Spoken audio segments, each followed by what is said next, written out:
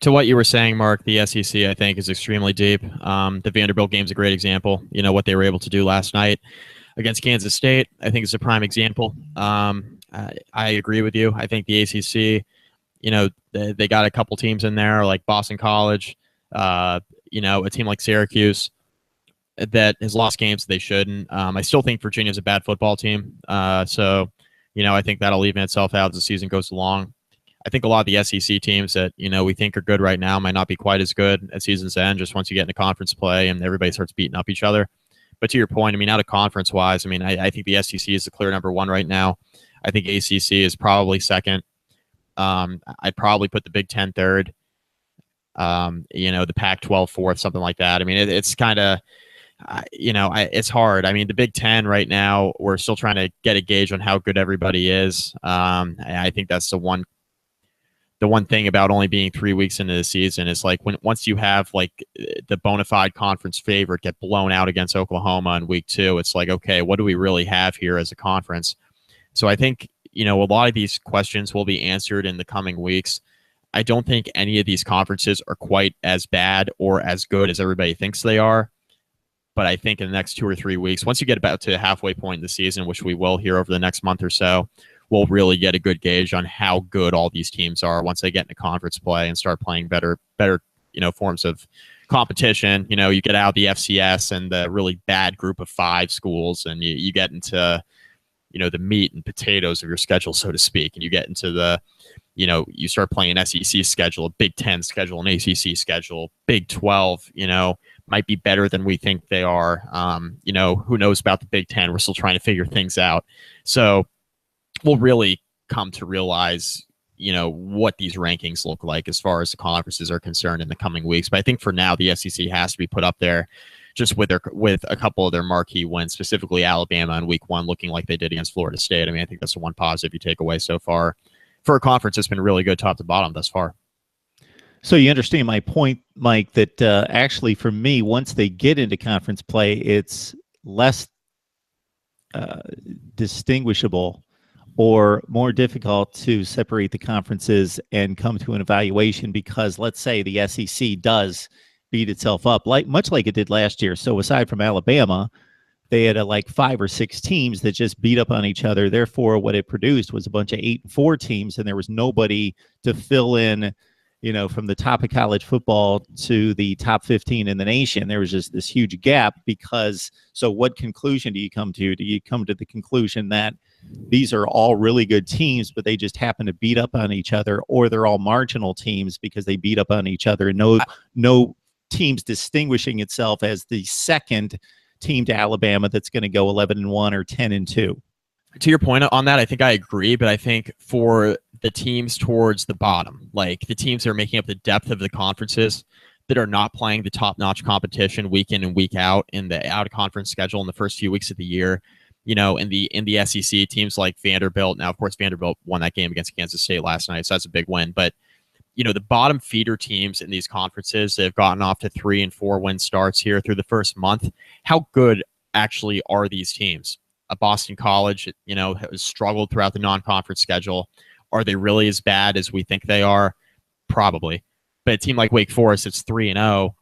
Once they get into playing better teams on their schedule that happen to reside within their own conference, how did they perform? Because they've looked really solid through 3 weeks. A team like Duke has looked really solid through 3 weeks. They beat a bad Baylor team, but they're 3-0. They play North Carolina next week. North Carolina just hung 57 on Old Dominion. How good is Duke's defense? Does a team like Duke propel themselves up the ACC Coastal Division ladder a bit more than a lot of people were expecting them to because their defense performs better?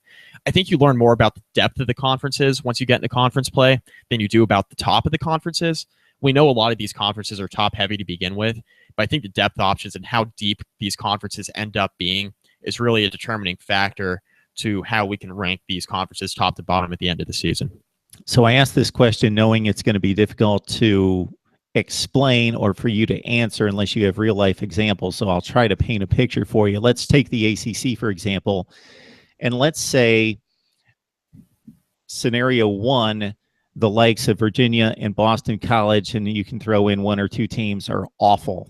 they cannot compete with the rest of the ACC. So you have a bunch of 1-7 and 0-8 teams in the ACC. You have 2 or 3 or 4 of those teams, and that boosts the record of the middle. So you've got some more 6-2s and 5-3s than you would normally have. How would you compare that scenario and how you would judge the conference versus, let's say, BC and Syracuse and Virginia are competitive, and let's say they win 2 or 3 games in the ACC, so you don't have that obvious, wow, that's Kansas or that's Purdue or that's Wake Forest from a few years ago. They're just awful. You've got this glut of 3-5 and 4-4 and 5-3 teams, and you got this mishmash, and that probably kicks more teams out of the top 25 rankings from the ACC rather than moving them in. Is that a better scenario? Would you judge that situation to be better for the ACC? I judge a scenario if you have teams that are going 3-5 in conference play, or 3-4 in conference play, or however you slice it, but they win 3 or 4 out of conference games at the jump. You have more teams in bowl season than you probably expected to have. I think a scenario where you have more teams in bowl games is the best scenario possible. So whether it's, for a team like Boston College that's gotten off to a bad start, they're not making a bowl game this year. But a team like Wake Forest, who was kind of on the brink of making a bowl game, they've gotten off to a 3-0 start out of conference. If they end up performing and pulling off an upset or two in the Atlantic Division, say Wake Forest went and beat like a team like NC State, maybe you knock down NC State a notch, saying, oh, NC State's not quite as good as we expected. But if Wake Forest is better than expected, it's a net zero for the conference. So I think bowl season ultimately is a determining factor. How many teams you get into bowl games, how many of your depth schools in the conference end up getting to that point in time. So I think it's a mix of both factors. What you were saying about the out-of-conference opponents being a good determining factor, I agree with that. But I also think that for the bottom part of the conference, the teams like Wake Forest, who haven't, they haven't really played anybody yet. They played Utah State. They beat down BC in week 2. They won their week 1 matchup against Presbyterian, which is an FCS school. A team like Wake Forest is 3-0. I think that's a pretty good example. They're 3-0 right now. They're going to have another non-conference game later in the year, but they got most of their remaining games are against ACC-level opponents. If Wake Forest is able to get to a bowl game, a team that nobody was expecting to get there, and they get one marquee win along the way, and that team that they beat, it ends up being like a 2 or 3 loss team at the end of the year, you're not really going to be feeling too badly about the conference as a whole. So I think the answer to how good these conferences are from top to bottom, we really find out not only by the non-conference schedule, but how well they perform throughout conference play, especially the bottom half of the conference. If they perform better than a lot of people expect, maybe they pull off 2 or 3 wins in the ACC schedule that they weren't expecting to have, I think that's a determining factor. You get a lot of teams in bowl games that way. You see how they perform against other conferences because, look, realistically, the ACC last year, they had a pretty good year, but the determining factor for the ACC being the best conference in America didn't come until bowl season when they performed so well against out-of-conference competition in the bowl games. They won a ton of bowl games, had a great record, and then Clemson, of course, beating Alabama, sealing everything up in the national championship game, really put the icing on the cake. So I think it's an incomplete answer to how good these conferences are until you get to bowl season. The more teams you have in bowl season, the better. The more bowl games you win as a conference, the better. And then if you win the national championship or get a team or two competitive in a New Year's Six or a college football playoff game, I think that's all the better and icing on the cake. So, Mike, this is the reason I totally agree. It's because if you take last season, for example, a lot of people that I argue with concerning conference rankings and how you rate the conferences throw out postseason play, throw out the bowls, excluding maybe the college football playoffs because they quote unquote count, and they say we don't know the incentive and motivation for teams once they get to bowl play. And I understand that's the case because we don't. Some teams lay down, some teams don't, but we can't conjecture that. We can only go by the results on the field. And the regular season matchups, sometimes we get a win-win situation in terms of seedings where we can look at the matchup and fairly rate the two teams, like in Alabama, Florida State. We know that they're both at the top of their leagues. Or Georgia Tech, Tennessee, NC State, South Carolina works out pretty well, or what we project those teams to be, that they're like-seeded matchups. But many of the regular season games were obviously scheduled 5 and 6 years ago. So it's a 1 seed from one conference playing what's going to turn out to be a 7 or 8 seed from another conference, and it's difficult to judge. Once we get to bowl play, the seeding is fair and equitable and competitive, so we can make a reasonable conclusion. And I think the ACC proved itself on two levels, and you pretty much pointed this out.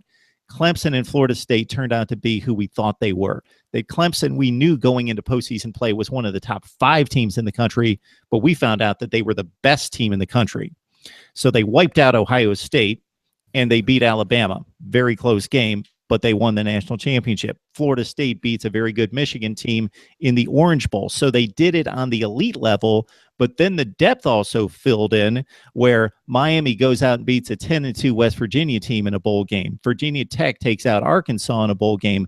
Even the likes of NC State and Wake Forest, even though those are lightly regarded bowl games, they're going and taking on, in Wake's scenario, they're taking on a 10-win Temple team, even though it's a group of 5, a very highly regarded team, and they beat them as a 2-touchdown underdog. And NC State goes out and plays a Vanderbilt team that's like-seeded in the SEC, and they wipe them out. So the ACC did it on both levels, the elite level, and it filled in the depth and showed that it was better than the other conferences on the field during late December and early January.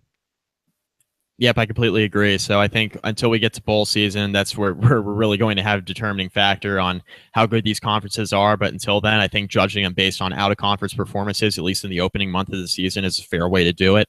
And then seeing how these bottom feeder teams perform depth-wise throughout the conference schedule will really give you a relatively clear picture without a ton of question marks heading into bowl season when, really these teams get their conferences either across the finish line as one of the top conferences in the country or not. Mike McDaniel from Inside the ACC breaking down conference play as we wrap up week 3 and look ahead to week 4. Please join him there for the very best in ACC football conference coverage, where you can also join him for his podcast with Joey Weaver as well. And Mike, one more time, give us the rundown. Yeah, you can find me. I'm at Mike McDaniel ACC on Twitter, InsideTheACC.com. We're at Inside the ACC on Twitter. And take a listen to the Basketball Conference Podcast. That's at BC Podcast ACC on Twitter. We post all our stuff there. Or search Basketball Conference Podcast on iTunes, Google Play, pretty much anywhere where you can find podcasts. We're up and posted there. Enjoyed the discussion, Mike. Thanks a lot. All right, thanks, Mark.